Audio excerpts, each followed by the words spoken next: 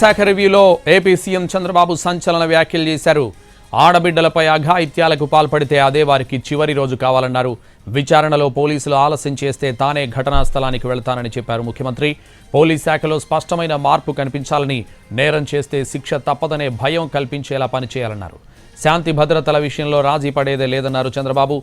Police సిబ్బందిలో అలసత్వాన్ని సహించేది లేదని హెచ్చరించారు. డ్రంక్ అండ్ డ్రైవ్ పై కఠినంగా వ్యవహరించాలని, గంజాయి డ్రగ్స్ను రాష్ట్రం నుంచి తరిమేయాలన్నారు.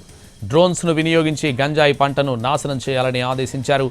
సైబర్ క్రైమ్ను ఎదుర్కొనేందుకు నిపుణులతో చర్చించాలన్నారు సీఎం చంద్రబాబు.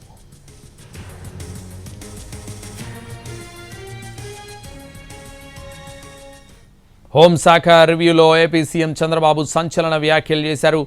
ఆడబిడ్డలపై అఘాయిత్యాలకు పాల్పడితే అదే వారికి చివరి రోజు కావాలన్నారు.